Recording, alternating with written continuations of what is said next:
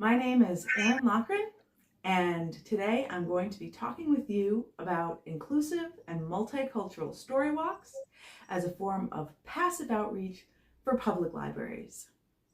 I'm talking about public libraries as I work in one, and that's the place where I first encountered story walks. But I'm sure there are many institutions and situations that would benefit from an inclusive and multicultural story walk. So, without further ado, here is my presentation. Inclusive and multicultural story walks as passive community outreach for public libraries.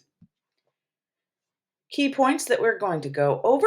What is a story walk? The familial, cultural, and community benefits to providing a story walk. The steps involved in creating a story walk from selection to physical preparation of materials. So to start off, what is a story walk? Well, according to Emily Nanny, a storybook is literally taking apart a picture book, placing each laminated page in a waterproof protected frame, and placing these frames in an outdoor space so that children and families can enjoy books in an outdoor setting. While storywalks became enormously popular during the height of the coronavirus pandemic, that's when I first came across them. The first one was created by Anne Ferguson of Montclair, Vermont in 2007 at the Kellogg Hubbard Library. This library's website is provided here as a valuable trove of information about their version of a storywalk. But it's important to note that there are tons of ways that you can do a story walk. There's no one perfect way to create one, and we'll talk a little bit more about that later. So, what are the benefits of a story walk? Small caveat, since there is a bit of a blind spot in the research on inclusive and multicultural story walks, this session will also include information gleaned from multicultural and inclusive story times or story hours. Okay? So, first and foremost, story walks that are inclusive and multicultural, it signals an ideology of inclusiveness to the community. It communicates that the library is serious about welcoming all members of our community. It connects stories and walking, it connects cultural heritage and walking, and further helps keep Spanish alive in families where often the parents are more connected to the home language than the children.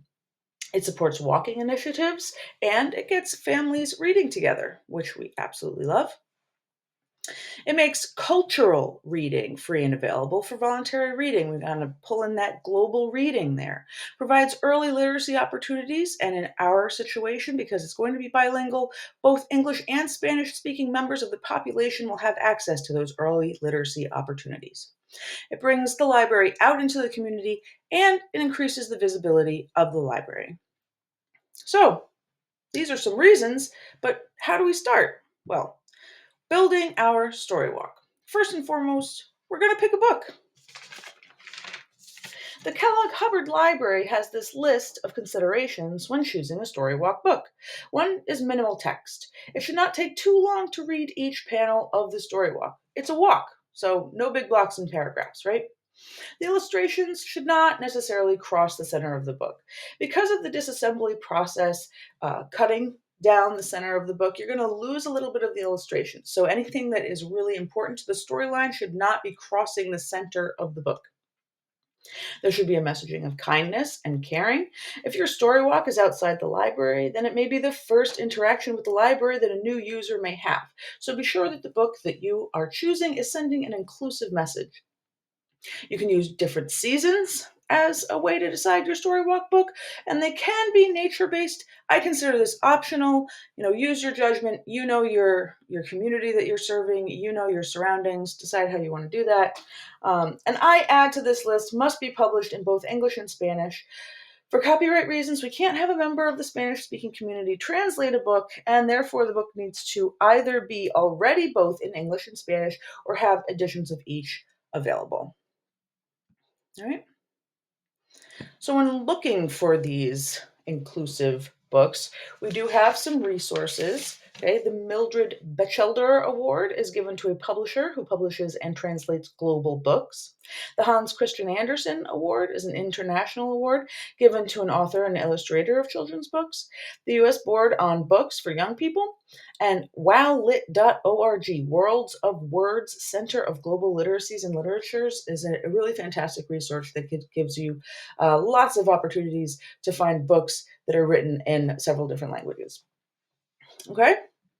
Next, we're going to go over construction.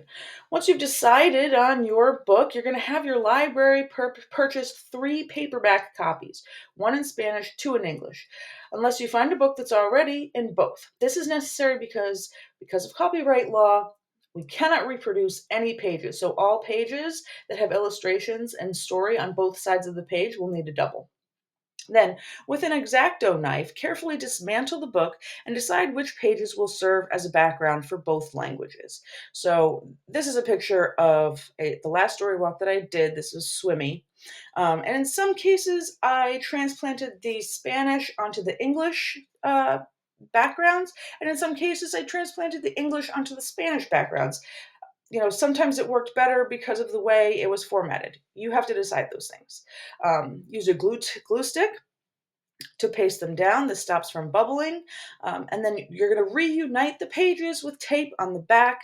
You just want everything to be secure enough to get through the lamination process. All right? Laminate all the pages, being sure to leave ample laminated space around the page end, because that is what actually makes the page weatherproof. Otherwise, you're going to get precipitation in there, right? Display possibilities. Remember, for it to be an inclusive story walk, it should be accessible to bodies of all abilities. So we're thinking sidewalk or a very packed down trail. Wheelchair accessible, everyone should be able to enjoy a story walk.